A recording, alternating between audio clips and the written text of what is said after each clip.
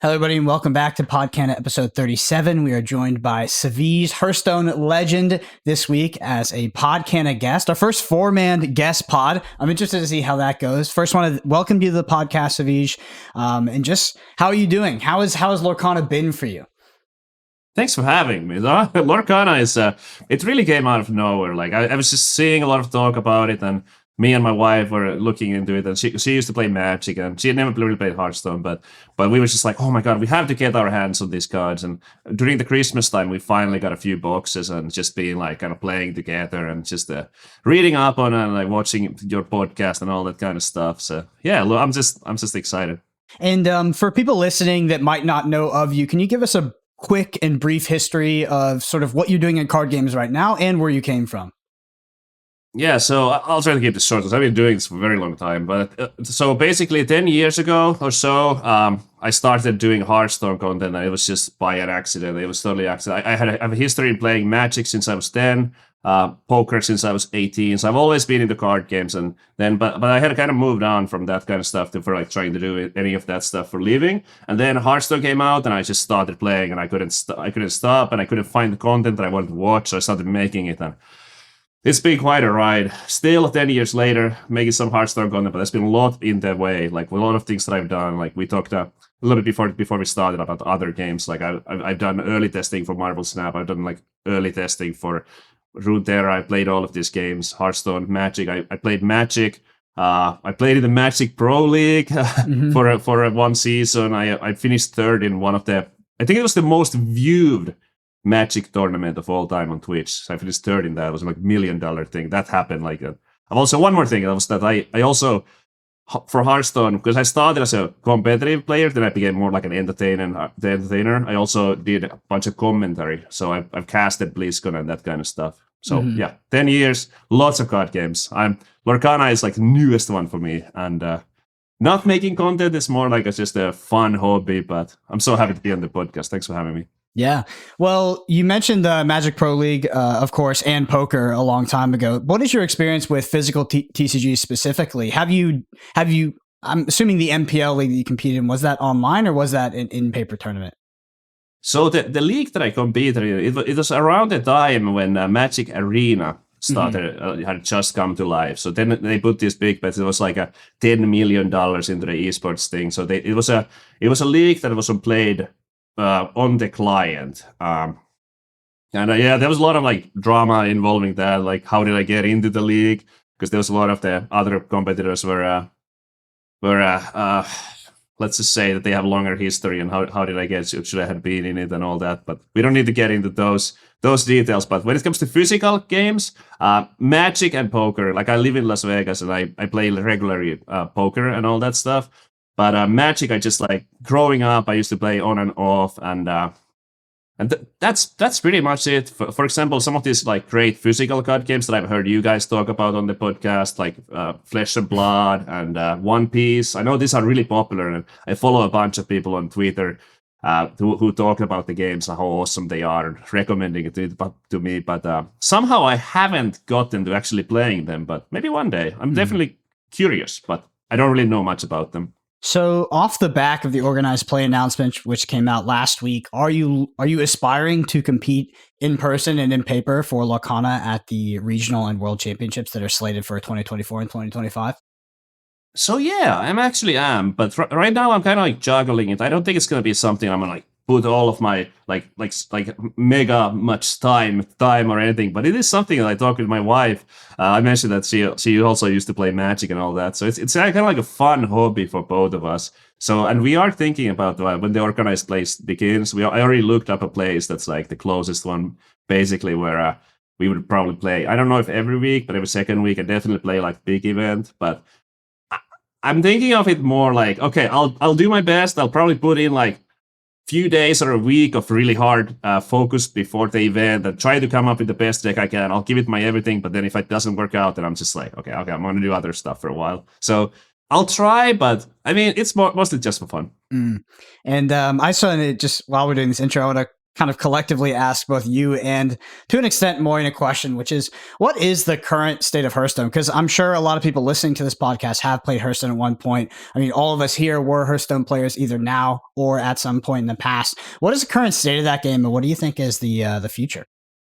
The game is still very much alive and all that stuff. I know there's always some when they laid off the engineers last year, and okay, like maybe we're not getting that many new features or anything, and the esports program as well. The competitive play in Hearthstone has been getting smaller every year, so there's not that much to like kind of sort of look forward to, I suppose. But for anyone enjoying the game, it's if it's still a good, excellent game to play. I think that the visuals and how it looks, everything. Like the client is still mostly smooth, there's bugs, yeah, but mostly like the gameplay experience is very good. But they are still regularly making expansions. So if you're a Hearthstone enjoyer, I think there's a lot to enjoy still. And I think it's still by far kind of the most popular one when it comes to the content. And I think that it's like kind of hard. I'm a little jaded on it because I've been doing it for so long, and I've kind of seen like the high points when everyone was playing, and now that's obviously not the case anymore. It's much a smaller game now, but I do think that they are on a sustainable path right now. So Hearthstone enjoyers can keep enjoying it. For me, I still love the gameplay. It's just with all the positive experience that I had with the esports part of the game, with esports system getting worse and worse. For me, it's just too many painful memories if I was to play again. But still, I love the game so much, and I'm sure I would enjoy it if I was to play it again. Yeah, I don't think I ever played against you. I think we played at a little bit different times. Like I kind of had already shifted towards content creation. I wasn't even casting them, but I did recognize when I was like Moyen. I was like, yeah, that's like vaguely familiar. I like probably seen you play or something. What's it like being a content creator for as long as you have been, especially in a game like Hearthstone that has reached that peak of viewership, of excitement, and now has started to teeter off? You used a word there that I really liked, which was sustainability, right? They found a model that is more sustainable for them, and they have that loyal customer base now. What's it like for you as a content creator at this phase of the game? It's interesting because like sometimes I'm like really enjoying the game and stuff, but when there's a batch that, for example, doesn't really hit the spot for me, I was just looking like right now we got a balance batch.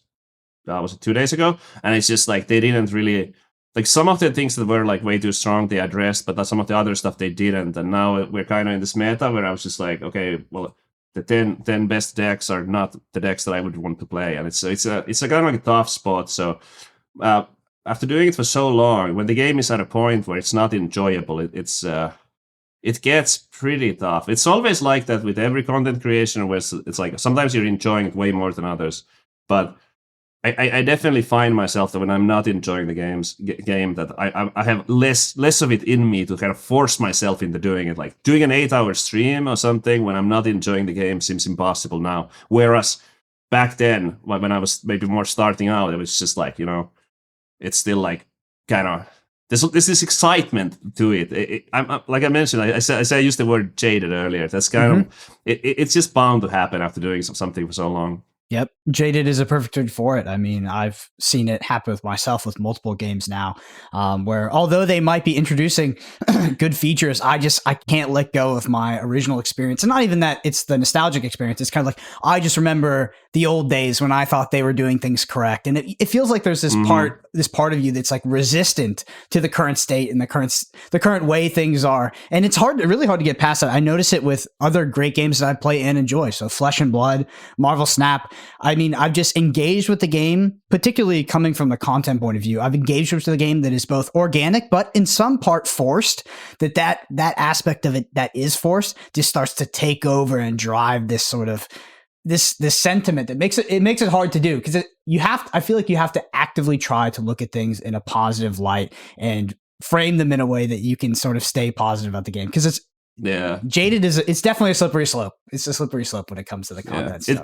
It's funny how I think about it. It's almost like there's like being like these different stages of grief. Like because when you think about like the glory days of Hearthstone, like there was a moment in time when it was 2015 or 2016, like those years It's just like when everyone was playing, and then when the game started, kind of like, you know, like getting in line with other games instead of being such a like a powerful thing. It's just like, no, like why is this happening? And it's just like it's so frustrating, and it's just like you almost get like mad at them, like what are you doing, developers? Obviously, it's not developers' fault. Like everything, like how long can something stay fresh?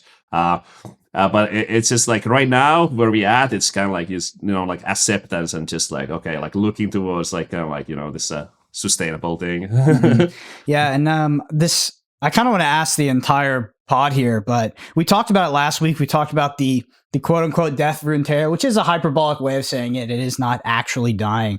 But what is the future of card gaming, specifically in the digital space? And it could be this hybrid space as well, digital and physical. Like with the premier sort of free to play card game not making it, right? Probably mostly due to profitability. It's what it seems. Like, is the future just this Marvel Snap money extractor? Because we also at the same time, we don't know if Marvel Snap is actually, I mean, we assume they're doing well because it's very expensive, but they could we don't know if it's a sustainable model, if they will be able to last 5 to 10 years. Like, what is the future of card gaming, specifically in the digital space? And do you think to an extent we need that hybrid model? Like, does the physical space, does it just go hand in hand with the digital card game? Should they be symbiotic, or should they exist at the same time, do you think, for a singular game? Like Lorcana does with Pixelborn and the physical play. I think it's a really interesting question, honestly, and it's something that I kind of I asked you before about the whole Magic thing, and it's kind of what you said, Savjz, is when you were playing, there's been Magic players for like 20 plus years, right? And they've been playing physically, and then, you know, Magic the Gathering Arena comes along, and you kind of have this symbiotic thing. Obviously, it took quite a while for that to happen, but then you have these players that, you know, if you can't travel to local events or certain events where you have to qualify to be able to get to these big tournaments and stuff, like the accessibility that a digital client offers is absolutely enormous. But it's also interesting because we're seeing so many new physical card games pop up. I mean, over the last 5 years, Brendan, when was Flesh and Blood released? It's more like 2-3 years, to be honest. Like, there was a lull in the industry. So what's yeah, sorry to interrupt, but there was this time effectively happened before in history. It was in the sort of like the late 90s, from what I understand, maybe the early 2000s. There was this TCG renaissance where so many TCGs came out, physical TCGs, of course, because of the state of technology. A huge bloat of games. Not all of them made it. Not all of them were good, but you know, there was a new one coming out every single week. Then we went into this lull period. Magic was on top. You had the big three on top: Magic, Yu-Gi-Oh, Pokemon. And sort of the COVID time, was the revitalization of this. A lot of people point to that being off the back of Flesh and Blood. Flesh and Blood was that new premier game that came out and showed that you could be successful in this market. And now, like nowadays, right now in 2024, there's new games coming out every 6 months, every quarter. So I have a friend, his name is Zach Bunny, owns something called Team Covenant. They're this online distributor for physical card games. And he works with these smaller games like Flesh and Blood, or, you know, like Sorcery, TCG, things like that. And he works directly with the companies. And he told me, he said before COVID, he would get a new game demo sent to him like every month, every few months or something like that. Now, he said he gets 10 plus a week.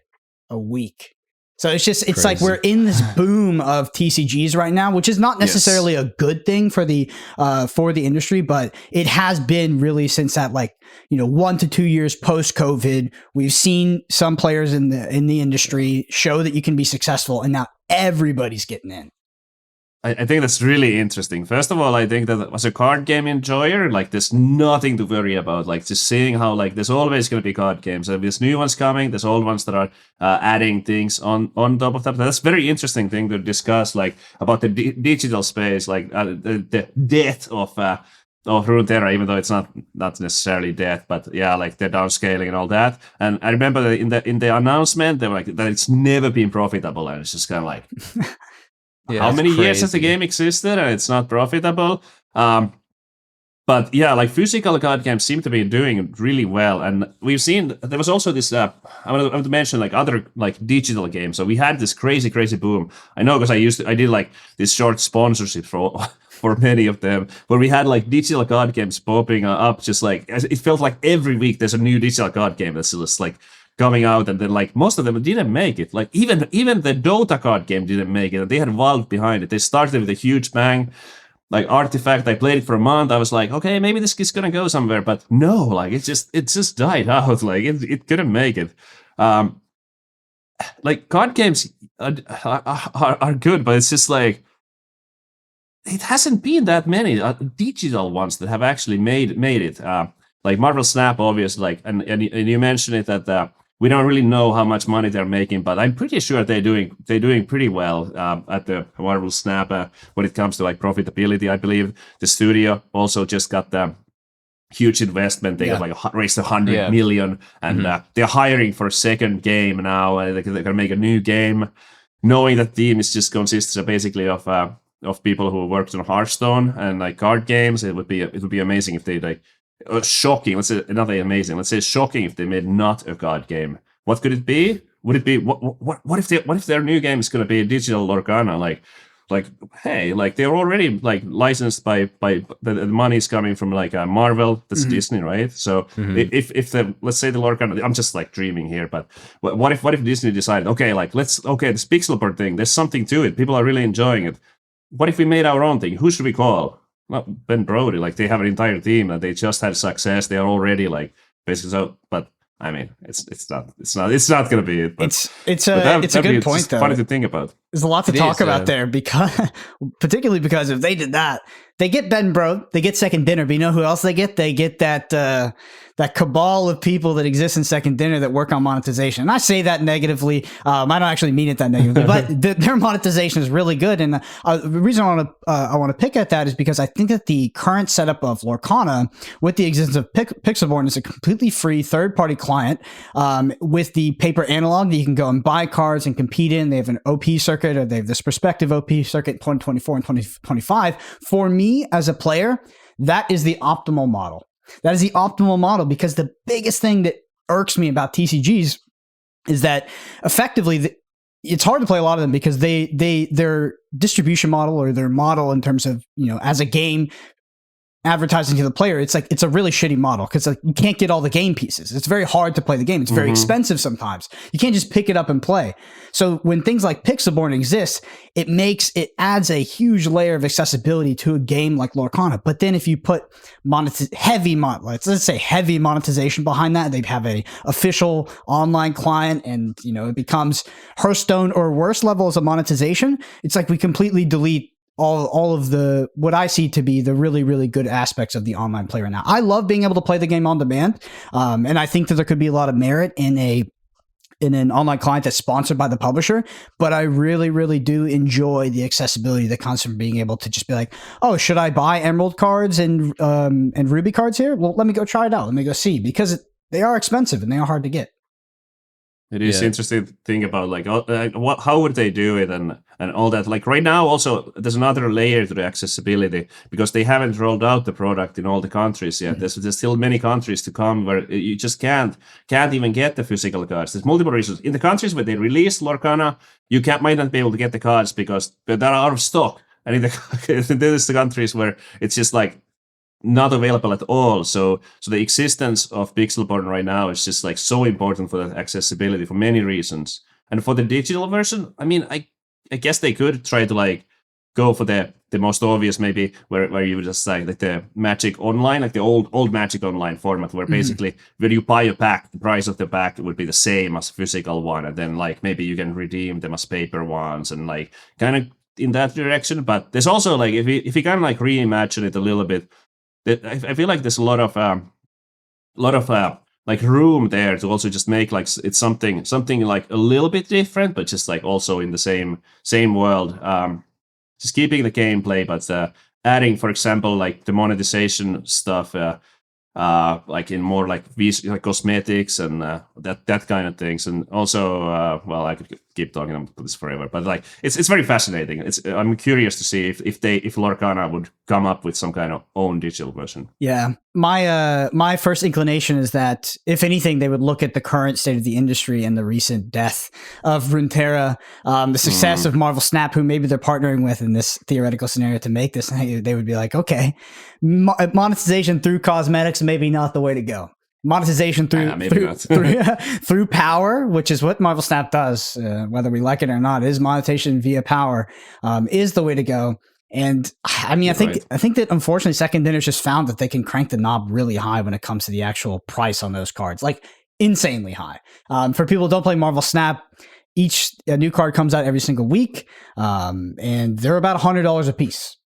Most people here that have played Marvel Snap that are entrenched players at all are usually hundreds of dollars, if not thousands of dollars deep into that system to stay current. Like there is alternatives to an extent. I mean, it's fading, it's fading month by month. But if you are somewhat free to play, or as free to play as you can be, you are definitely grinding. You are a slave to those weekly, daily missions and all that kind of stuff. So, I would worry that they would look at the precedent in the industry and they would go hard on the monetization, which would take away the accessibility. Yeah, I think the interesting thing as well there is, and I think I could be wrong, and obviously, like I've like you mentioned, Brennan, I've spent hundreds of dollars on Marvel Snap. Only hundreds, eh? Oh well, we won't get into it, but yeah, it's like if a studio like Second Dinner with their monetization, if they did take on something like Disney, it's really interesting as well. I want to just talk about the collecting aspect of physical card games as well, because obviously we're all here to play the game, right? We love playing card games, we love competitive stuff, all that type of stuff. An IP like Disney, there will be a lot of people that will collect these cards just to collect them because they are huge Disney fans. And I don't know how much that is for a game like Marvel Snap. Oh, do people just buy all of these variants because they love Marvel? Sure, there's probably some people like that. So it's like, if you brought an online version of Lorcana out, which was heavily monetized in the right way, then people could probably maybe do this type of thing like this, like these extreme Disney fans. But I think it does ultimately boil down to accessibility for sure. Like that's what's gonna make a game survive ultimately, if it is accessible both physically and digitally. And yeah, it's going to be interesting. I know we're talking about this Runeterra thing. I believe they're going to make an official statement on it this Friday, I think, in the next few days or so. So looking forward to see what that's going to be. But yeah, it's hard. Like another game we saw drop off very fast was, we actually haven't mentioned this game on the podcast yet, but it was DC Dual Force, which myself and Moyen, we were actually kind of, I wouldn't say we were like invested, but like we played the game a lot. We actually did play the game a lot. Moyen probably more than me at one stage, and Moyen was really, really intrigued by it and stuff. But ultimately, the problems with that game was I noticed that the company spent a lot of money on sponsorships to, show it, this streamer promoted, that streamer promoted, all of this type of stuff. And I truly just don't think that the game was ready. Yeah. Very, very, like we've said it already in this podcast, hyper competitive TCG market right now. Hyper competitive. You can't release like DC Dual Force. You can't look like that, at least. I mean, game mechanics, bugs aside, you just can't look like that. If Marvel Snap sets the precedent for what polish looks like, and like, let's be honest, Pixelborn is setting precedent for what, some one dude can whip up completely free to play. Like that Pixelborn, for me, looks 100x better than DX Dual. It's crazy to think about it. So one guy who does it, that's just like passion project. I read up about this, and I found some of his comments on Reddit, I think it was, which is like, okay, if Disney asked me, like, I'll take it down and all that. It's just like he's just doing it just because of his passion. And it's just like, it's crazy, not making any money. If he was making money out of it, by the way, they probably would have. Oh, they would shut him down. But so, yeah. Pavel, as far as I'm aware, he any profit or any money he would make from it, he just makes sure that the servers are maintained, pays the server costs, and the rest of it he literally just donates to different charities voted by the Patreon supporters, which is absolutely amazing. But yeah, exactly what Brendan said. If this one man can whip up a spectator client in a night, then these big companies, to allow people like us, competitive players, to run events to try and help their game grow, they can do it. If one man can do it, a studio can do it, surely, But it's just, it's just wild, yeah. is it sticking around? Like it's such a wild thing. Like for example, content creation. Like I'm not planning on any Lorcana content creation at this time, but just for like fun, or like if I was, let's say I was getting into like using Pixelborn as the vehicle for the content. Like you don't know if it's gonna be there tomorrow. Like what's gonna happen? Like when is Disney gonna intervene? Is Ravensburger gonna like intervene at some point? What if it gets too popular? What if like when the product is no longer flying off the shelves? Like is that something they would look at to like, okay, like let's make these online players go for their physical product? It's just there's so many question marks are surrounding it. Like I did notice that, for example, like the official like Lorcana account on like X is like following a bunch of like Pixelborn creators and all that. So yeah, they know it's happening, and I'm sure they're like kind of like at least quiet, like okay, like this is awesome. And I think Pixelborn is also just like pushing the community forward as a whole. Like it's just like kind of like this weird glue that keeps everything together. So it's a fantastic thing for now, but for anyone like looking into content creation, if you want to use Pixelborn, it's you don't really know what the future holds. Yeah, for now it's great for the game, but it's like it could stop at any given day. Yeah. Yes, exactly. You're taking a huge risk, just like putting your likelihood in the future on the difference is like and you can grow like there's so many people I know that have come from other card games like Marvel Snap and like you know they're doing Lorcana content at the moment, and they're doing quite well, right? They are literally building their brand off of this. But then say Pixelborn does shut down to like, you know, tomorrow, then okay, are they gonna, you know, buy 3 cameras, top quality mics, overhead stuff to start doing all of this physical stuff? I don't think so, you know, like it's very hard to do. It's very, very difficult to do. So I do think it's worth it, though, to be honest. Coming from someone who does content in both digital and physical spaces, the physical space, the physical card game space is unless the digital card game you are doing content in is the biggest thing since like, you know, sliced bread or something, like Hearthstone was at one point, like I guess Marvel Snap was at the physical card gaming space as a content creator I think has a lot more room for profitability at the medium to small size because you work directly with sponsors who are literally selling the product that you are perpetuating. When you're talking about a digital card game, there's no real analog for you to work with advertisers other than maybe if they had a content creator program where people could plug in your code and get a skin for like 20% off. With a physical card game, you can go to the local game store level, you can go to sort of even the mid distributor level, and like you can partner with them through sponsorships and you provide legitimate value to that business. So I think for medium to small creators, like these physical card games are a much better opportunity if you're looking for a way to sustainably create content and make some sort of income while you do it. I don't know if you can make it your career, and you know, it's like any kind of content creation where, you know, the people at the top kind of take the lion's share of that, and it's definitely hard as a medium to small creator, but the opportunity is there. The opportunity is definitely there, and I think it's something. Yeah, go ahead. It's really interesting thing about the physical, like if Pixelborn shuts down, like can you do it physically? Because we have some examples for it, like when we think about all these like Commander podcasts for Magic, like Brian Keebler's show, and like there's multiple, there's like probably like five MTG Commander things like shows on YouTube that are very successful, very, very successful, and they are playing with physical cards. But it's just, I don't know, like I think it depends on the audience. Like I feel like the audience for that might be like they might know the cards and like that kind of stuff. Like so you in Lorcana as well, I feel like you'd have to have audience with it where like they're very familiar with the game. But I don't think it's impossible. But it does make things like kind of harder to follow, I would say. Because like on the digital client you can see like immediately, okay, like how much like ink is available and all that stuff. It's just so easy to kind of like see all the different like important informations like that. What's in the hand? That's another one, right? Which is like if you're doing it physically, like, it can be very difficult to know what the player has in the hand.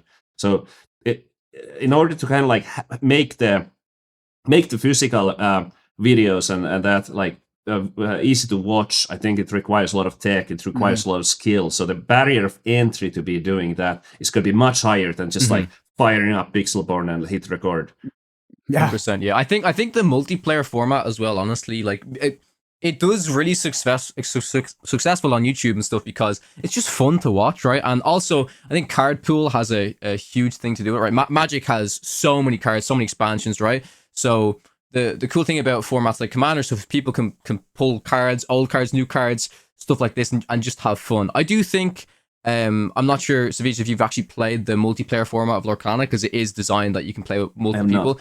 is very fun. It is very, very fun. And I do think with the release of more cards, you could start to see kind of shows like that pop up with Lorcana. And that's really nice, honestly. And I think that's a nice thing that will cater to people who enjoy card games that don't want to be as competitive as us and stuff like that, right? Like there is definitely a benefit to shows like that and stuff like that.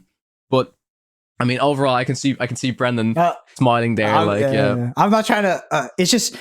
It's nothing you said was incorrect whatsoever. But you are opening a big can of worms when you talk about multiplayer card games versus Commander. Because I'll tell you that there's definitely been industry precedent that Commander is the most profitable form of Magic, and games know that, they realize that, and they tried to make multiplayer a thing in their game. But to my understanding, no matter how much has been forced, cards have been templated in a way that they can be slotted into multiplayer. Like, no game has come close to capturing the Commander experience. And I think it's a really, really tough and in-depth question to ask, is like, why is Commander actually successful? Because it's kind of a phenomenon, to be honest.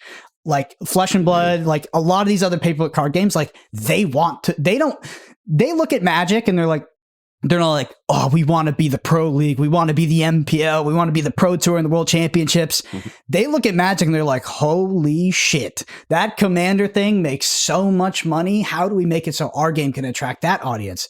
It's a very hard thing to do. Like, I'm sure a lot of people have theories, but to my understanding, there's no absolutely clear answer and game plan to make it so your game appeals to that same customer base that is playing MTG Commander, because it's actually not rooted in multiplayer from what I understand. And it's subjective, of course, but it's more rooted in the sort of the role play aspect of your deck and the community experience. And some of that does come from card pool, but a lot of it comes from the cards that exist in Magic that allow you to create sort of unique and identifiable decks that you can empathize with and sort of, take on the role of at the table. Everybody plays it for a different reason, I'm sure, but there is an aspect of Commander that is not captured simply by putting multiplayer card templating on your card. And I know Lorcana, you can tell. You can see it by the cards. Of course they want it to be a possibility you can play in multiplayer, but they also realize they're like, that's the profitable aspect of Magic, and they want that to be a part of Lorcana as well. But it's tough. Commander is a phenomenon. It is a phenomenon. It is hard to articulate why that format is so successful, and it's hard to understand how you can replicate it in another game. So what exactly is the Commander format in Magic? So the Commander format is a singleton format. Used to be, what was it, some Canadian Highlanders, Dragon Highlander, something like that. But basically, you have 100 cards. They're all singletons, so you can't have any repeats. You have a commander, so you have a single card that sets the identity of your deck. It adds restrictions to your deck building. It exists outside of the deck, so it starts in a separate play zone.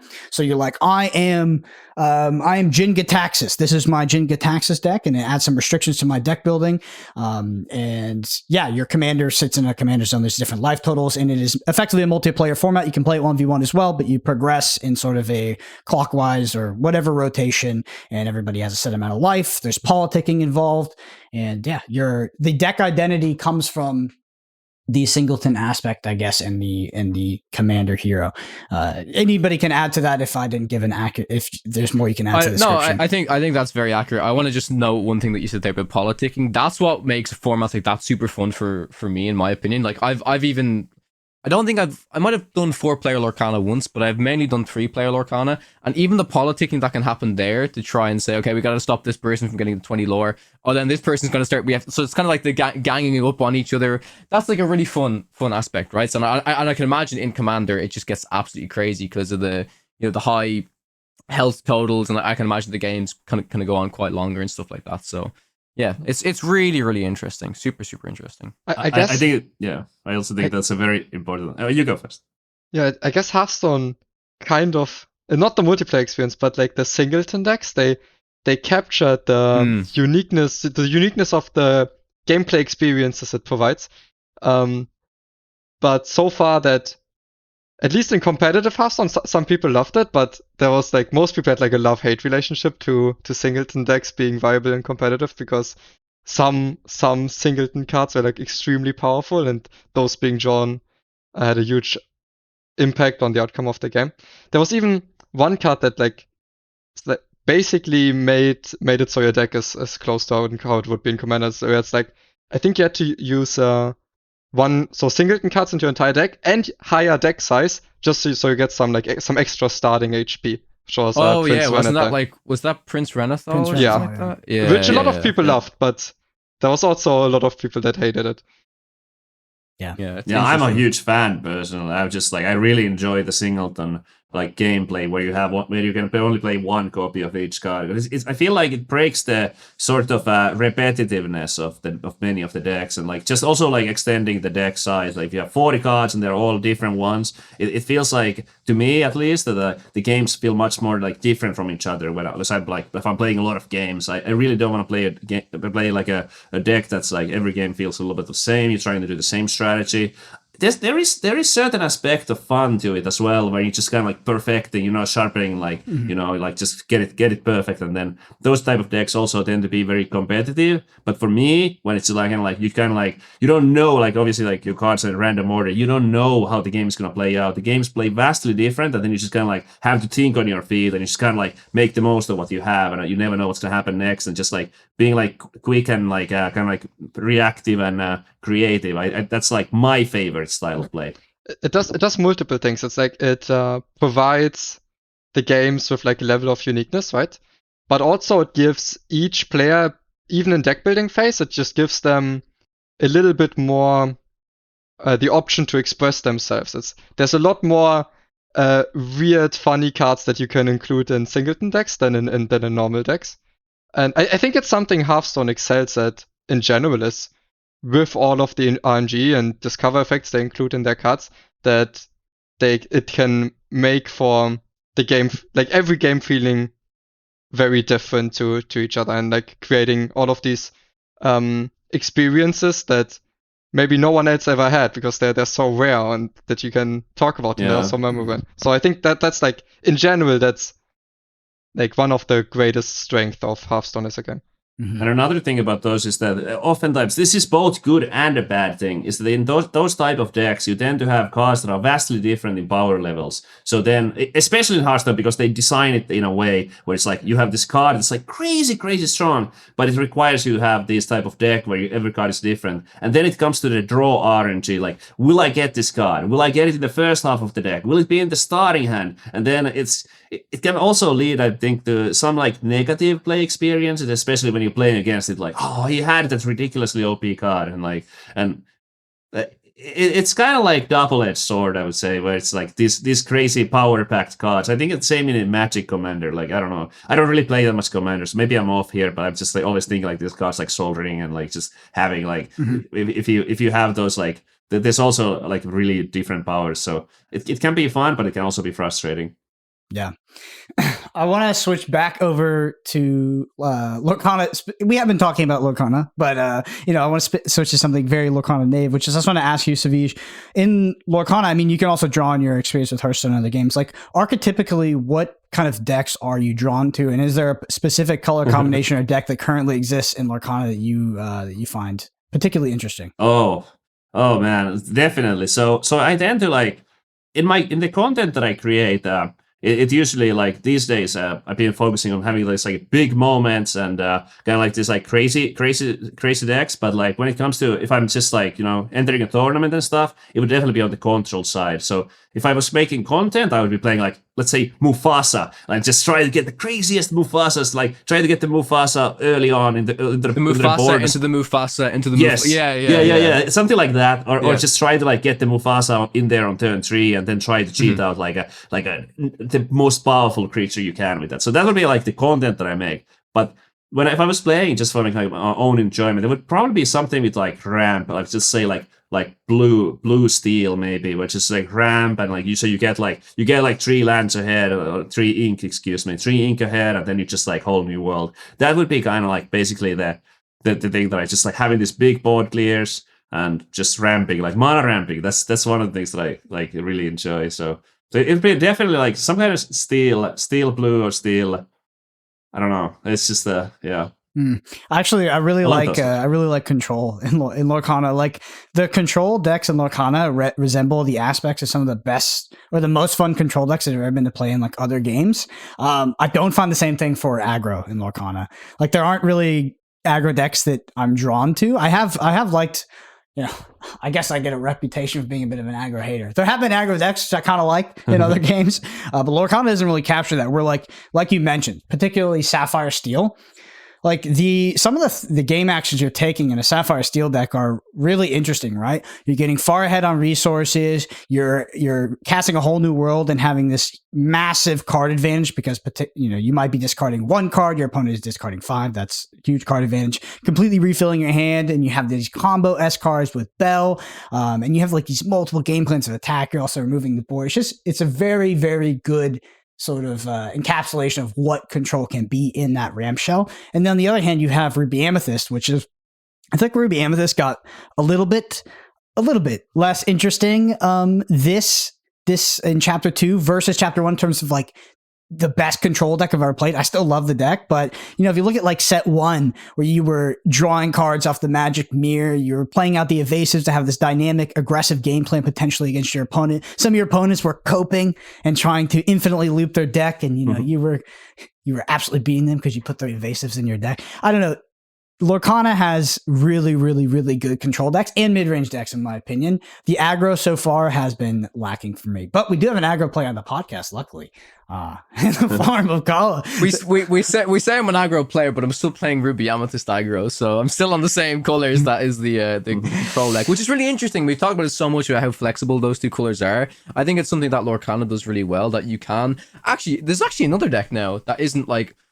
That has the flexibility of you can play the control version, you can play the aggro version. Like Lemon Lime in set 1, Emerald and Amber was very like, you have like your Lilo into your Simba, aggressive questing, stuff like that. And now you have the Mufasa decks coming out, which, they ultimately, I wouldn't call them a control deck, to be honest. I would say they just put out dudes. They keep putting on the pressure and you want to keep questing. But they're not, I wouldn't call them an aggro deck either, right? They don't want to go as fast as the original kind of one did. So, yeah, I think with more cards, though, we'll start to see that, right? We'll start to see, this is a aggro version of these two colors. This is a control version. But it is still very much a staple of some ink colors that, like Sapphire ramps, Ruby removes, Amethyst draws, all of this type of stuff. So I don't think we'll see too much of that changing soon. But I guess since we're kind of talking about like different, ink color combinations, stuff like that, I want to get your opinion, Savjz, on the new location cards that are coming in the next set. Are you familiar with how they work at the moment? I think so. I would like just really quickly, like, I don't know, go back on that. Yeah. Like, to Brendan, I think you mentioned that you don't like aggro. I'm just totally with you on that. Like, I just like, no matter what card game I'm playing, it's just like, I feel like the thing about aggro decks that puts me off, like, they take skill. It's not, sometimes people say, aggro doesn't take skill. I do think aggro takes skill, but I feel like with aggro decks many times, like, it's just a vibe that I get. It's just like that I don't like really like control the game in a way where it's like, I feel like I get my starting hand, and if it's bad, like I have much less chances. Where like with control, like I kind of like outplay my opponent. Maybe that's not that simple, but I'm a big control chair. It's a bit of a fallacy too. I think we'll get to the Inklands and the new lands that are coming, but it's a bit of a fallacy. I've noticed it across games. Is like, I think players like me and you, and I think a lot of people on this podcast do cope a bit because we like the idea of having agency in a game. But card games, at least in my opinion, are not necessarily a reflection of agency. They are just a reflection of players making mistakes and deviating from the perfect game that was predetermined based on the setup of the deck. And control feels like you're making decisions. It feels like I have multiple decision paths and I have to weigh up both paths and pick which one is better to me. And it feels like it's almost subjective sometimes. Like there isn't an objectively clear, correct thing to do. And that's what makes it fascinating. But what's actually happening is I'm just not intelligent enough to really see the objective path yet, or the information is imperfect enough that I can't determine it because I'm not smart enough. Where aggro decks, it's a bit more straightforward about like what you should be doing. And I think that we enjoy the idea of having more agency when in reality, I don't think we actually do. This is sort of my point when it comes to control versus aggro in games like this. I mean, Yeah, I mean, you know, like with an aggro, like, yeah, you play your one cost card on turn 1, you play a 2 cost card on turn 2. So it's kind of simple in that way. But when I mentioned the starting hands, like, oh, like you get a bad starting hand with aggro, you can't do anything. Like, but it's the same thing with control. Like, if you don't have let's say an early removal of something that's like really important to remove, it's just like, okay, like it doesn't necessarily, like, you can't just like I don't think it's a skill versus like any kind of that kind of thing necessarily. Mm-hmm. Yeah, some people do make that argument too. I know it's kind of a cliche argument in card games, like, oh, control takes skill, aggro takes no skill. That's like the level 0, like level 1 card gamer mind. It's definitely not true. One thing that I do want to say about that is though that there's certain like different skill that goes into when you play control against control. There's a skill that kind of kicks in, which is like a sort of like experience based. Where you know that, like, if you're an experienced control player playing against another control player, there is like this room to maneuver where you know that, like, okay, like I have to keep this like this board clear for a certain moment, or I have to keep this, or like where you kind of like just based on your experience, you know, these like few like tricks where it's like, do not play your Elsa before this or whatever. Like, it's just like when you're trying, there's a timing thing, like holding on to your certain cards. That can give you an upper hand. Whereas I don't know if like maybe in different situations in aggro versus control it can happen too. But yeah, I think it happens like just quickly. It happens. I think it happens with aggro as well. Like not overcommitting to the board to be prepared.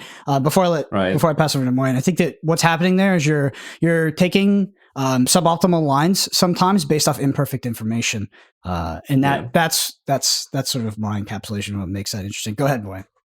Yeah, I was about to say that the same kind of thinking happens with aggressive decks. It's just the thing that comes up the most is how much do you need to pressure so that your opponent needs to play their best card that they could have in this position, and how much can you hold back? Because like if you don't pressure enough, maybe you give them this opportunity where they win even without having, like, let's say, the be prepared or something. And I think there's a lot of skill in that as well. One experience I had with like also from Hearthstone with aggro and control decks, it's like the aggro decks, they are a lot more punishing for when you do the mistake. Maybe they're a little bit easier to play perfectly, but if you ever do a small misstep, they're extremely punishing. While maybe in control you have a lot more decisions, but like with minor impacts on the outcome of the game. Right. You can get away with making a mistake a little bit more, but it's often a lot harder to play the game perfectly because there's a lot more that goes into the decisions, and there's more decisions to be made over the course of the game. Yeah, it's just like I guess to kind of like wrap my thoughts on this. Like what I meant was just like there's like this overcommitting to be prepared and all that can happen like aggro control. But what I was thinking was like if you play aggro mirror and like there's a big skill difference, I feel like the weaker player can get away with it more often. Whereas like if you're doing control mirror, it's like the best player can have really high win rates. I've seen this in Hearthstone many times where it's like. This was only a few days ago when we had this druid meta, and one of the best players, Meaty, he was talking about like he loves the druid mirrors. It's like this like control combo mirror because he has almost 100% win rate because it's so skill intensive. The games are so long. I just don't feel like if it was too fast decks that it would ever be possible for like to have those kind of like the better player wins 95% of the time. Mm-hmm. Yeah, the Lorcana had definitely an aspect of that in Chapter 1. Less because of the player diff, although it did exist, but more because of the deck building diff. Like there was definitely one point when I felt like our Ruby Amethyst deck literally had probably 90+% win rate into these infinite looping decks. It was just there was a huge difference at some point because of the dynamic game plan of being able to pivot as the aggressor. Let's talk about these locations. Your thoughts on locations. We get a lot of comments every week. I think that they will be less and less so, but people talking about like locations look really OP. They look really overpowered. You can't interact with them. What are your thoughts on locations so far? So I've talking a little bit about on locations, but I've seen some comments where like, oh, Lorcana is too simple, and we were a little bit touching upon it as well, where it's like there might be like some kind of like skill ceiling and like how well can you play and stuff. I think that it's fantastic that already like in set 3, they are adding these new things, like adding more depth, adding more complexity, adding new mechanics into the game. Like when we look back on like people mentioned like I saw a little bit of like online discourse on like Lorcana is too simple or something like that, and then I'm just like it hurts my brain because the game just came out and we're like that they clearly want to start it in a way where it's easy to approach. This we have seen the same thing with every like Hearthstone. Let's say Hearthstone started really simple, and now we have so many more mechanics. There's a billion mechanics, and same with Magic. Like to keep adding mechanics, adding depth. So like anyone who says that Lorcana is too simple is like just I think a little short-sighted here. Like every game started out simple, and now locations I feel like it's the first like layer of complexity, new mechanics getting added to the game. I think it's a simple one. On the power level, you asked. I have no idea. I'm just gonna be honest. Like I don't know how good or bad they're gonna be. Like you guys probably have more educated guesses on that, but I'm just. Like the biggest takeaway for me is that okay, they're already starting to add more complexity. They're adding more depth, adding new mechanics. I think that's fantastic. Mm-hmm. Yeah, Moyen. Yeah, for me, yeah. Go ahead. I think it's also something. Maybe it was talked about from some Marvel Snap dev discussions that I watched, but it's something called I think like depth to complexity ratio, where it's like. In your game, you're trying to get a lot of depth, but the kind of currency you use to achieve that depth is the complexity and the rule set, because people need to get behind all of the rules to actually play the game. So you want like little complexity, high depth, and I think that's what Lorcana's doing very well right now. So now they're adding some like bit by bit they're allowed to add some complexity because people already know the space level of the game, and then with that they can add even more depth to the game. Yeah. A comparison I would draw is just like, is chess simple? The answer is yes, but it's also no, right? Chess has very little complexity and borderline extreme depth. And I think that most people would argue the game is not simple, right? But they're referring to the depth. Lorcana is not chess. I'm not comparing it to chess, but it's a similar aspect. Like just because the game is easy to understand and play at level 0 does not mean that the game is simple. I think when a lot of people, I've encountered this a lot. This Lorcana is simple, sort of counter argument, and some of it is because of the position we just talked about, which is it's not complex enough right now. It doesn't. But a lot of it comes from Magic players, not just Magic players, but card game players that are used to instant speed interaction. Yes. So they see asymmetric turns and they're like, that is too simple. I can't gotcha my opponent and there will not be enough interaction. I have that was actually a position I held early when I saw Lorcana, because it was, it was Magic-esque in nature, and it's like Magic without instant speed, that would suck, and Magic without instant speed would suck, but this is not Magic, and I feel like the way Lorcana does the asymmetric turns, at least so far, has felt really, really good, and it's actually hard for me to articulate why in Lorcana it particularly has felt like I've had a lot of agency as a player, and there has been a lot of back and forth between me and my opponent. Maybe it's because I don't play aggro decks, but overall, it is the biggest, there's two major critiques of Lorcana, because I know a lot of competitive card game players, and the biggest pushbacks I got is, one, there's no OP. There's no reason to play the game. Well, now there is. There's OP. At least we have this like OP structure that's been outlined for us. And then the second is it's too simple. Savjz, what would be your what's your response when people say that Lorcana is too simple, and when they use it as a thesis to not play the game? Because I feel like that's what they do.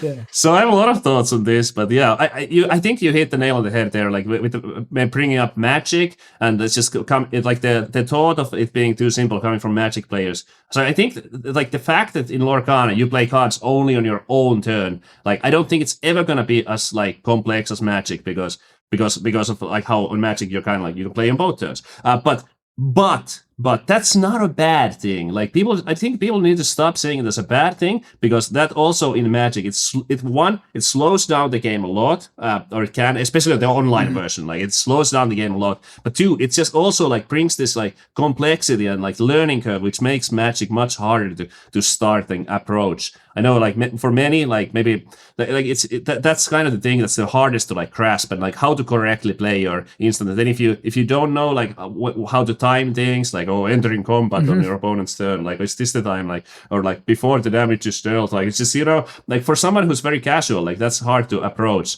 And I think that like without this, like yes, I can see that, like, okay, without playing cards in your opponent's turn, it will never reach the exact, like, same complexity of Magic. Like, it's kind of can't. But there is so much strategy, so much depth the Lorcana can add, just, like, keeping it, like, just playing, like, adding new mechanics, adding new things. Like, what about, maybe in Lorcana, like, for example, I think something could be a fitting design, would be something like you play your card, but it's, like, kind of, like, face down or something. And it's something that, like, happens if your opponent does something on their turn. Like, I could see that happen. Like a secret, yeah, in Hearthstone. Yeah, like a secret in Hearthstone. Like, I wouldn't be surprised if that happened. But I playing cards in your opponents, that's something that's definitely not happening. Yeah, like, just like, because that, yeah. From the architecture standpoint, though, of the game, and we don't have comprehensive rules yet, is that there's not really strict phases and layering that happens in Lorcana. And just to quickly touch on it in other games, with any instant speed interaction, trigger interactions, or phasing interaction, because even if you were playing asymmetric and Magic, you would still have phases before combat. But, like, all of that stuff, it feels nice, I guess, at first, and there's, like, this, you get more interaction technically, but all of the bad shit about physical card games comes from layers and that kind of interaction. So all of the angle shooting, the gotchas, the meta outside of the game, it all comes from that interaction.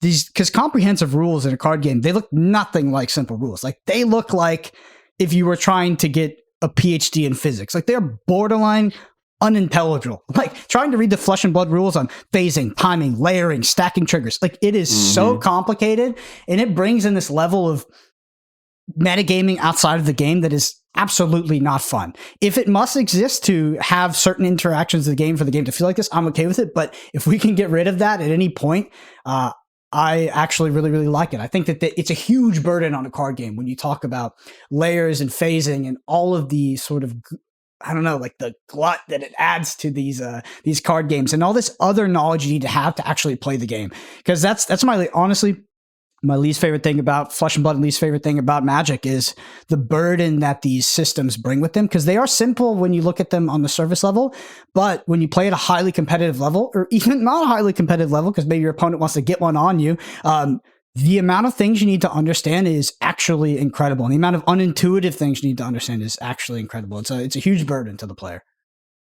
I really feel like there's a lot of similarities between Hearthstone and Lorcana in that way, where, like, when Hearthstone first came out, like, Hearthstone didn't get its mega popular phase when the game was at its most complex. Like, it actually was at its most popular when it was easily approachable. And I feel like Lorcana has something really special here. And, like, the big reason why the product has been flying off the shelves has been because it's so easy to pick up. And like, that's just, like, amazing. Like, I haven't seen that much marketing, and it's just like the Disney IP just being, like, easy to approach.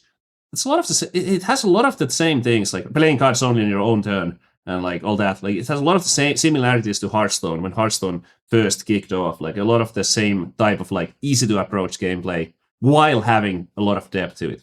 Mm-hmm. It's the easiest card game for maybe non-hardcore gamers to pick up. Which is exactly what it's trying to do, and I think it's perfect at that. It should be. If let's say you want to get a friend into a card game, this is the game you do it with. It really is, and, like, all ages as well. I think that you can, like, play this with like very young people as well, and, like, Disney IP also helps. But that doesn't mean that it's a children's card game by any means. It's just like, and we're talking about, like, the added depth and added strategy and new mechanics. Like, now we get the locations. Like, it's not going to stop there. There's absolutely no way. Like, they will keep adding these things, and then the best players will be able to adapt. And it's just, I'm so. I don't know if we're going to talk about it or not today, but, like, the competitive play, like, what is it going to look like? It's going to be very interesting to see, because I have no clue what Disney is going for. Yeah, so they can take two routes, I think. They can take the One Piece route or the Flesh and Blood route. We've talked about it a lot on this podcast. I hope they take Flesh and Blood, but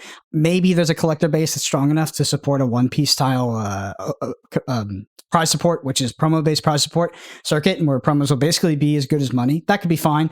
It could be more sustainable as well. But I do hope they look towards industry standard Flesh and Blood and put up over $1 million as their pro circuit. One thing I want to point out, which is it's come to me a lot in regards to Lorcana, it's just, like, the cross-pollination of players. like Lorcana does have mass appeal. It is marketed to be an easy to approach game, and that's really good. We need that. Like that player base supports a card game. But at the same time, one thing Lorcana is doing that I haven't seen other simple games do is that it's bringing a lot of people that I didn't expect to play physical card game together. For instance, look at this podcast: Marvel Snap, Hearthstone, Flesh and Blood. But we have players coming from all different kinds of physical TCGs, but also from digital TCGs coming to try out this game. That's really what gives me hope that this game has the chance to be big, is that I've never seen so many people from, we all come from card games, but card game backgrounds can be quite diverse. And it feels like there's a massive diversity in terms of the card game players that Lorcana is attracting at this point, and we haven't even had OP hit yet. Yeah, that's a really, really fair point, honestly. And it's something as well I want to touch on what Savjz said about the Disney IP. Having something as strong as a Disney IP will naturally attract a lot of people, a young audience, and an older audience, or like whenever I go to my locals, to be honest, it's mostly dads there, because they probably grew up either, if it's through the 80s or 90s, all the Disney cartoons, all the nostalgia, all the cool characters. You know what I mean? That's amazing to see. But yeah, it's a really interesting point. This is also the one card game I've seen so many different people connect through from previous card game backgrounds. For example, when I did Hearthstone and when I was doing Marvel Snap, I had no interaction with any Magic or Flesh and Blood players, because obviously I was in the digital space and the physical space, that type of thing. So this is, I feel like, is really connecting a lot of players together. And I honestly, I've really high hopes for the game moving into the late 2024 and then 2025 when we get the World Championship as well. I think when we see the Disney Lorcana World Championship, I think that's going to be something really, really special. Like you said, Brendan, I just hope that they approach it correctly in terms of how they will actually do like their prize structure, their formatting stuff. Obviously, we know about like the nationals, regionals, and world champions at the moment. Yeah. Savjz, are you aware it's important of how One Piece does its prizing structure versus how Flesh and Blood does it?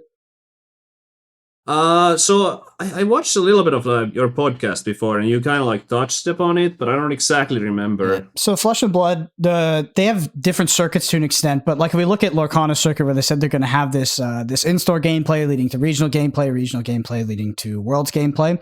That's pretty similar to Flesh and Blood. One Piece might have something similar as well, but in terms of prizing, One Piece does it via promos, which can be very lucrative. These promos are limited, usually to the event, or they can be due to a series of events. You can only really get them there, and they generally sell to collectors. Because, like Moyen talked about in this podcast, some are selling for $30K, maybe even six figures on some of these levels, and that does support the professional organized play. Flesh and Blood also does do promos, but because they don't have Flesh and Blood is not a third-party IP, right? They're not drawing on this large user base of people that are interested in the game because of a TV show or something like that.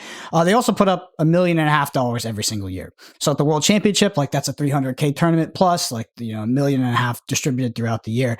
And my hope is that Ravensburger looks towards Flesh and Blood. But if they don't, we got a couple comments about this last week. I do think that the Lorcana IP is strong enough to support a promo-based prizing structure. My issue with promo-based pricing is that I believe that it is inherently Ponzi-nomic and that it only trends downwards over a longer period of time. And it's not actually a sustainable way of supporting a player base. It can be very lucrative, but lucrative doesn't mean sustainability. If we look at 5, 10 years, 20 years, I would rather have, cash-based incentives alongside promos.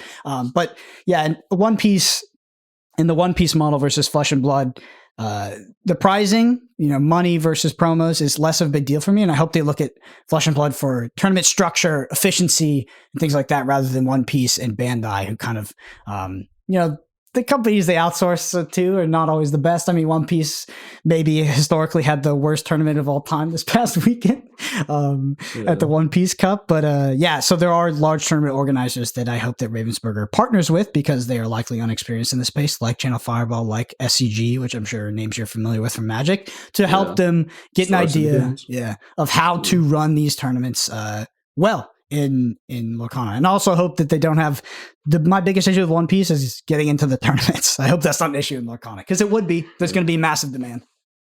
well, the promo cards are certainly coming. Like it was the Rockstar Stitch for the first one and stuff. So they are doing that. I think that the lingering question is if they're gonna put actual money or not. Like those special cards, they're like they are gonna be there for sure. But when World Championship, it's an interesting thing because like the way I look at it is almost like when you have only promo cards, it's like okay, these are to like retain the players that we have. But if you put the $1 million, that's when you go into the territory where it's marketing and you're trying to get new players in.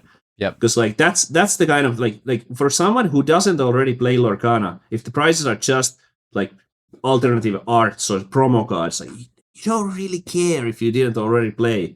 But if they want to like kind of like make waves and get this like let's say players who already play different games and haven't gotten into Lorcana yet, announcing 1 million prize pool, maybe that's what would get One Piece players or Flesh and Blood players to give it a go and try. Like maybe that would spark their interest. So are they going that route? Like, what is their marketing strategy in general? Yeah. Like, it's so interesting. It's a good question. So their marketing strategy, I can't actually remember where we heard this, but we did discuss this on the podcast before. As far as we're aware, after set 3, or I don't know if it's after set 3 in terms of set 4 or when set 3 begins, is where apparently Ravensburger and Disney Lorcana are really going to up their marketing for the game. And I think that's kind of fair because for the start, they kind of need to get the ball rolling. Yeah. We had the issues in set 1 with all of the stock, all the scalpers, boxes going for $400, $500.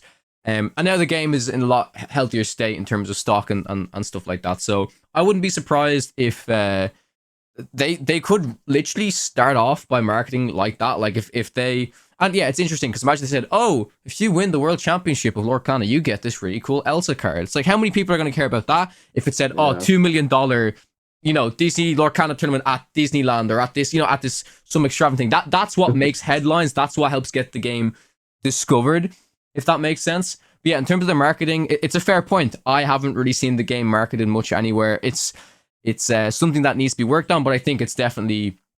it's in the works right now. It's going to happen soon enough. And also with the addition of, we saw like the kind of new bundle of like a starter package that they're doing. So it's not just starter decks. It's kind of like Pokemon's My First Battle or like Magic has like the starter thing too, of like basically how to learn.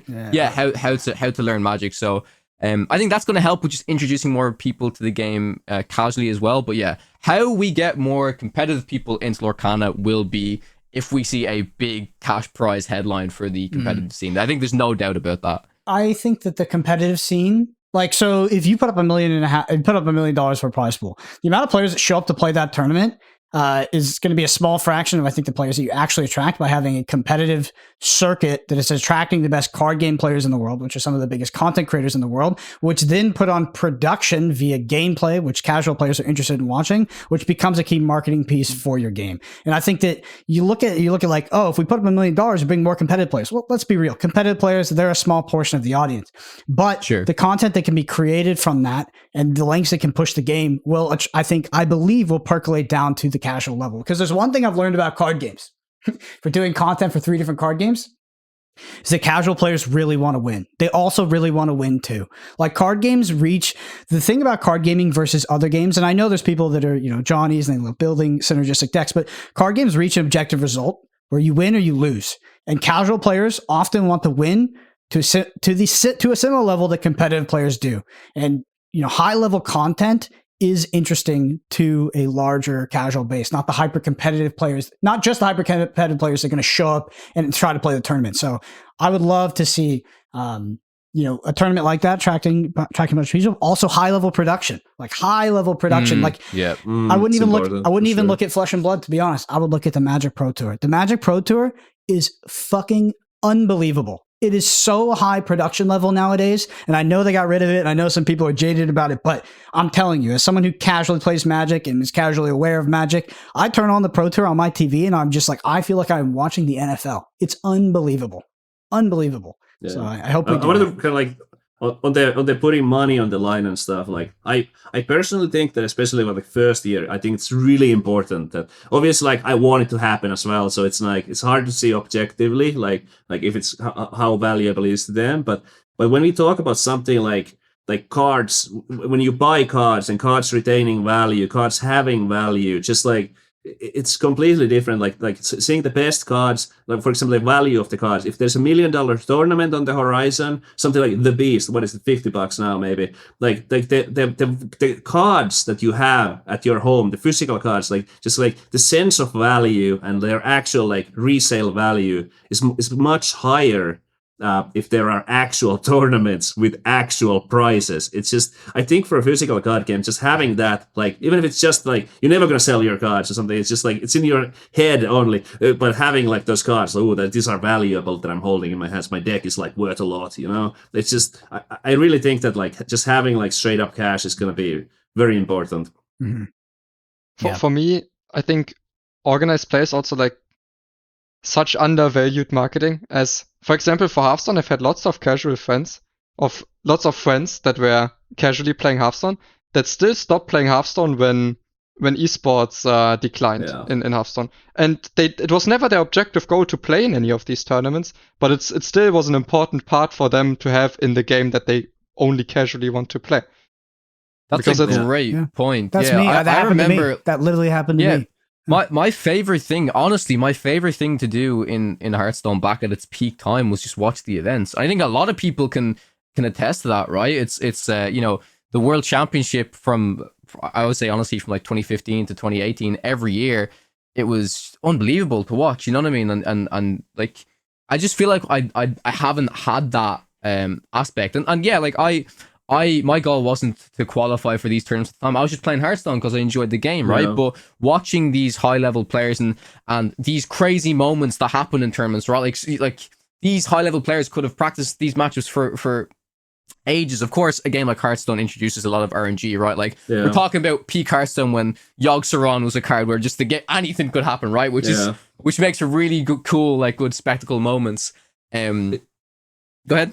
Yeah, it's really like it all just like comes together. I think for the same, like so Brenda mentioned, the production quality. I think that it all comes down to like sort of like prestige of the event. And production is one aspect, the actual prize pool is another, and like it's just like having that kind of like world championship event that really feels like world championship. I think that's just such a huge like magnet, that's just like driving force. That's just like yeah, most people are not going to make it there, but it just gives you that like feel that, but what if, like, so it makes you like try harder and try to like, it's just aspirational content. You gotta which adds to another point. Why do you play something? Like not everybody is wired this way, and I know I'm wired this way to a fault.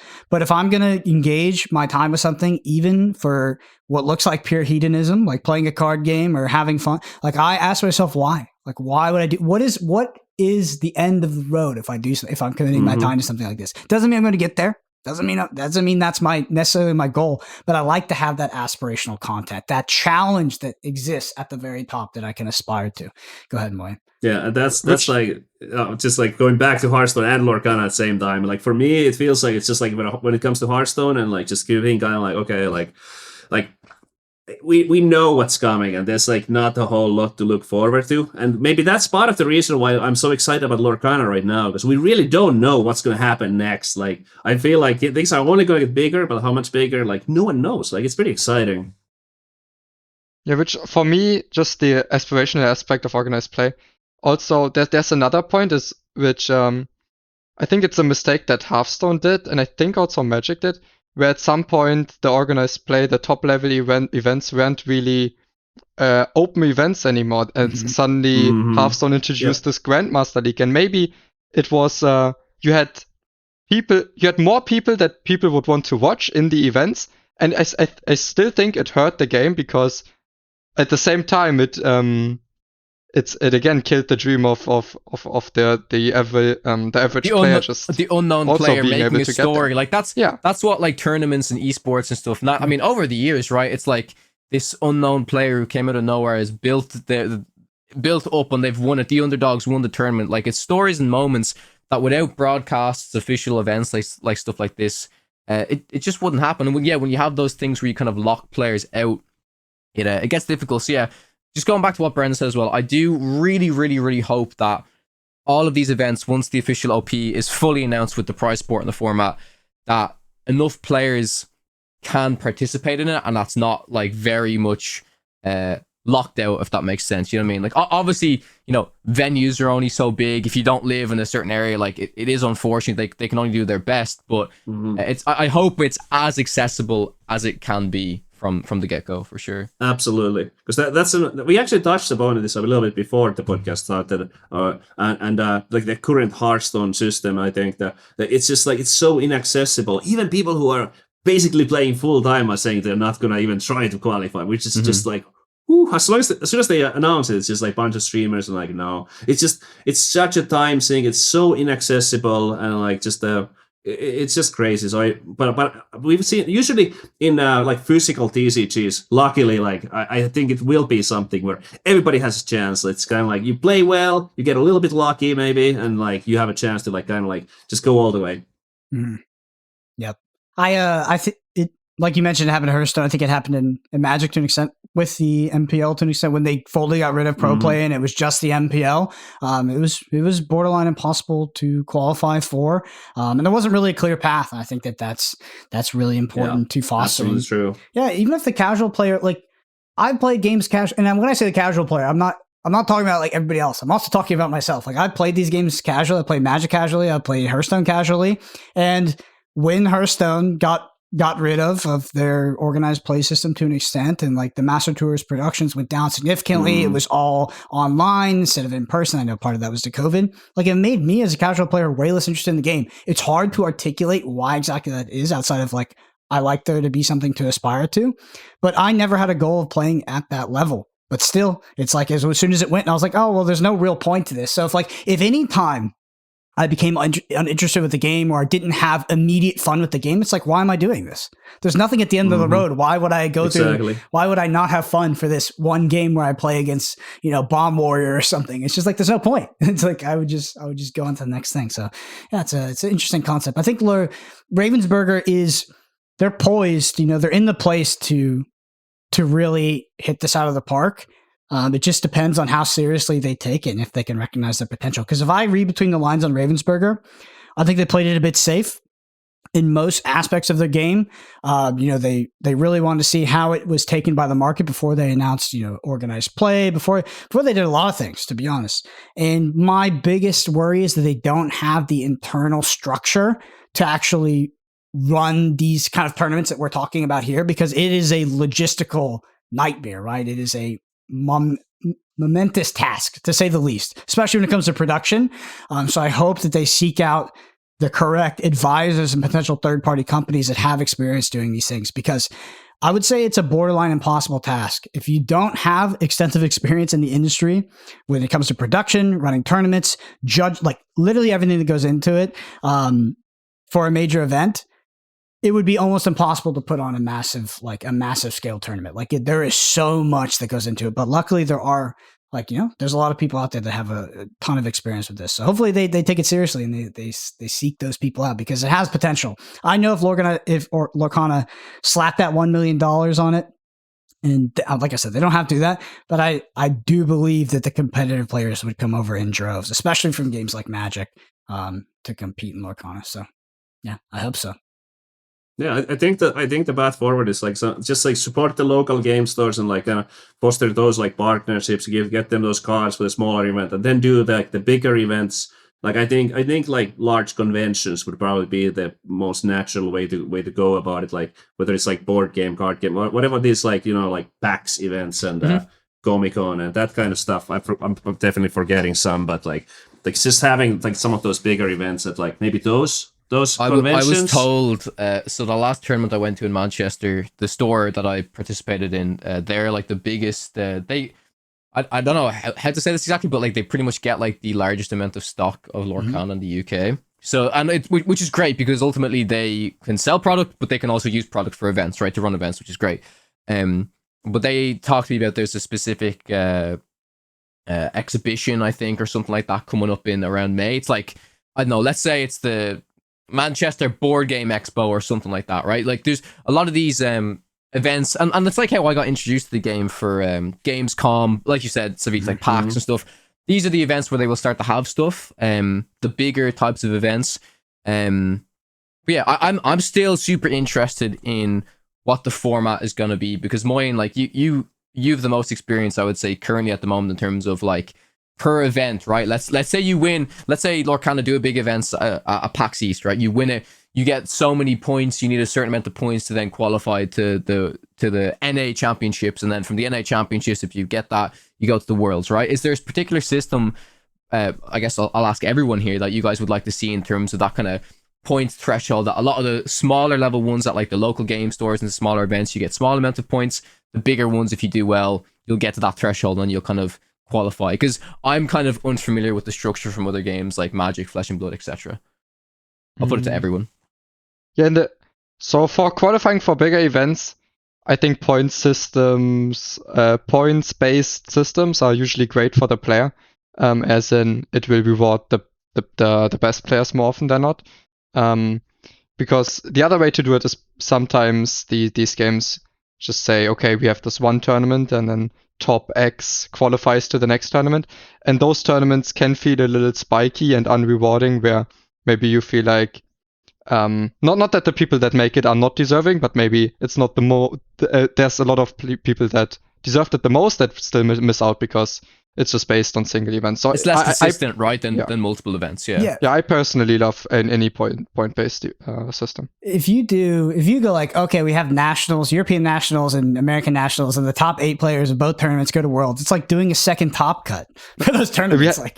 We have top 2. In one piece, we had 2,500 player in EU, 2,005 player tournament, and top 2 make it to Worlds from that one tournament. It's just crazy. Oh my goodness. Yeah. You want it to be point based to mitigate variance, and it makes it so like so the downside of point based is that you might have to grind. You might have to play more tournaments than you want to. You might do well in a tournament, still have to play. That can be inconvenient, but it's just a much better system for competitive players, I think, to spread it out across multiple events and have it a point-based system. And it gives everybody the chance, a reasonable chance, that if they work hard and they play well, that they can get to those tournaments. And that's what the World Championship should be. It doesn't have to be the best players.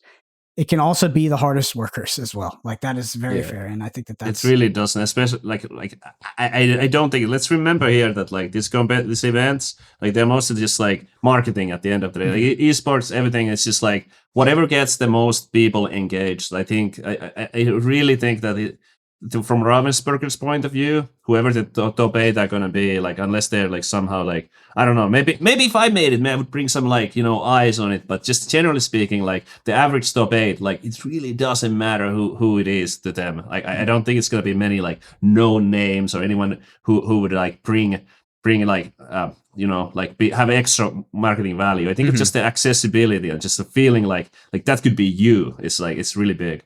Mm-hmm. Absolutely. All right. So at the same time, it cannot be like, because I think you need to find a way in between. For example, in Hearthstone right now, it will be extremely good players that qualify, but in return it loses the sense of accessibility because you have to play like basically each day, the entire day. Yeah.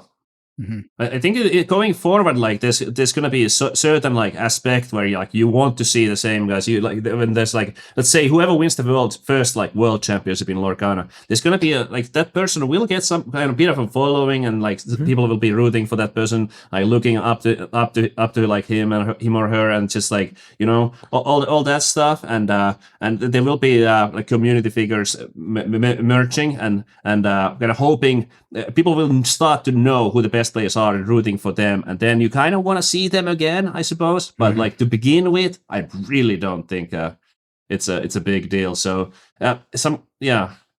I feel like I'm repeating myself a little bit, but I just like I'm like to wrap up my thoughts on that. Yeah, you just like you build your own players in your game, and then you need to push their narratives and tell their stories. It's actually like it's a big thing when it comes to production. And what makes Magic production so much better than others is not necessarily how expensive their cameras are, how consistent their broadcast is, the lack of commercials. It's actually just how well they tell their players' stories. Like there's a lot of Magic players that became popular and famous through the Pro Tour. And we were told their stories via good production and good coverage. And you can build your own players and build your own narratives if you do production right. So Hopefully that's something they do. And I think that Lorcana can absolutely do that. We don't need like all these big names from necessarily from other card games to have mass appeal. Absolutely not. We can build these sort of grassroots Lorcana players. Anyway, we've run a bit long, so I'm going to skip the Spilled Ink section for this week. We can push over to next week. So we just want to thank you for coming on the podcast, give you a chance to shout out anything you're up to, where people can find you, etc. Yeah, so yeah, I'm streaming most days. I'm streaming both on YouTube and Twitch. Savjz. Hearthstone is the game that I'm playing right now. Lorcana, I'm really like excited about the future. I'm keeping an eye on everything that's happening. When the announcements happen, I'm sure I'll be like looking carefully through them and just excited for the future of Lorcana. I think it's a really fun game, and yeah, thanks for having me. Yeah. I appreciate you coming on once again. For anybody listening to this, if you enjoy this podcast and you want to help us out, the number one thing you can do is leave us a review. You can do that on Apple Podcasts or Spotify, anywhere you're listening. We do read every review. So interested to hear your feedback. There's a video version of this on YouTube at youtube.com/@Podcana podcast. Hit that subscribe while you're there. The Twitters are BrennanAPG, Kawatech_CG, Moyen_HS. I'm going off memory here. Savjz, if you could shout yours out real quick.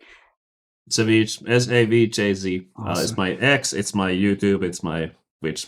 Perfect. Thank you all so much for listening. We'll see you next week.